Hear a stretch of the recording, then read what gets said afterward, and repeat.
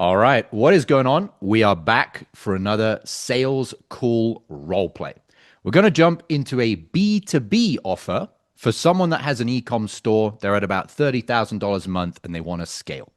If you sell something that is about making more money, the things that you're going to discover in this sales role play will help you close more deals. They will help you earn more money, but more importantly, they will help you do that not by reading scripted questions or memorizing word tracks, but by actually understanding human beings and communication, as well as some spirituality.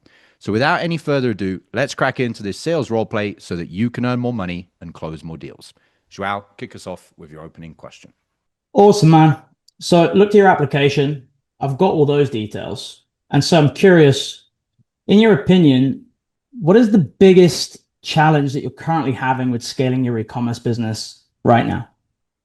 I've worked with plenty of agencies, and it just feels like it's always the same thing as far as like what they offer, as far as how they work with us.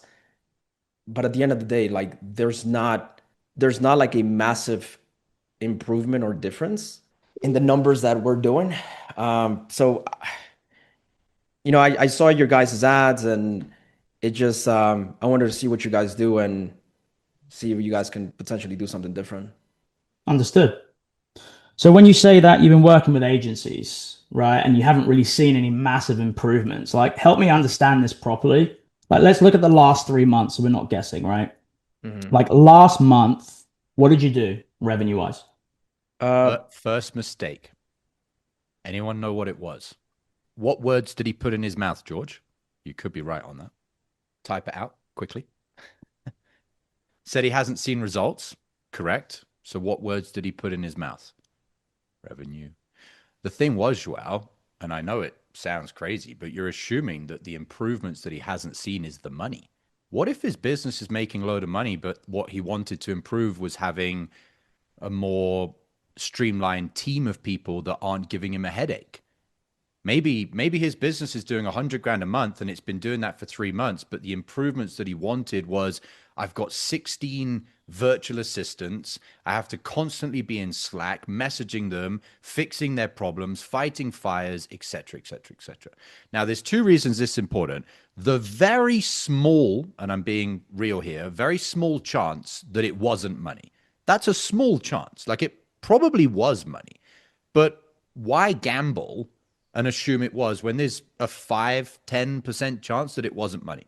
The second thing is when you ask him, when you say you've not been seeing improvements, not seeing improvements in what with your ecom business, you're actually showing the prospect you're not assuming anything.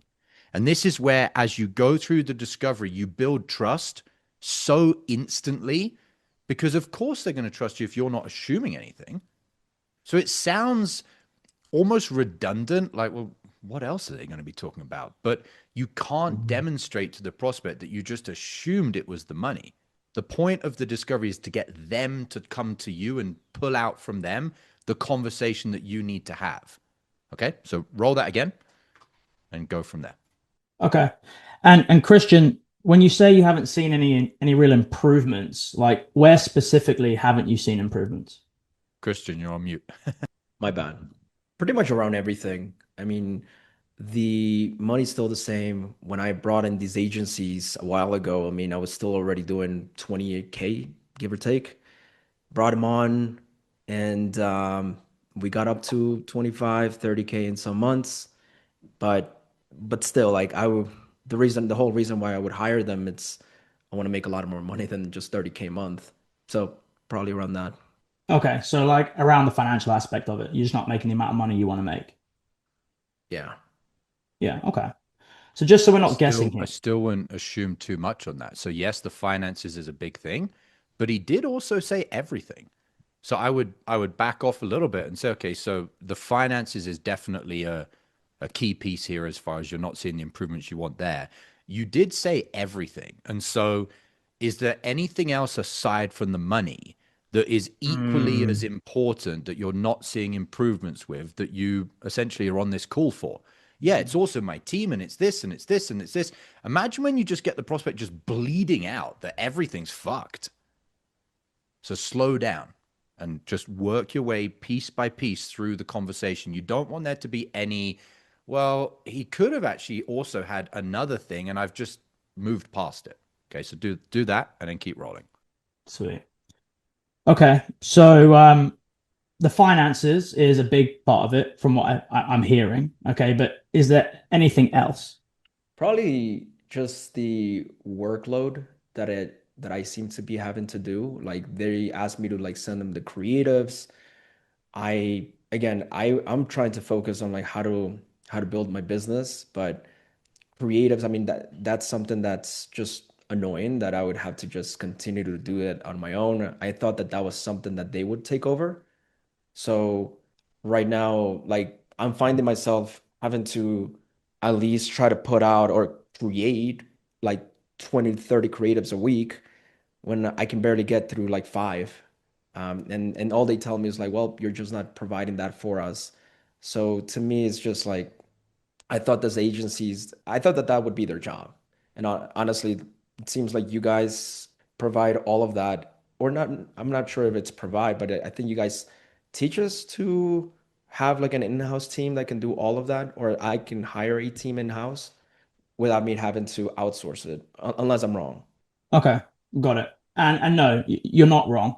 So Okay. just to understand, so the financial element of it is like you're not growing as much as you want to be, but also you're very time constrained and it's just not going the way that you want. Is that right?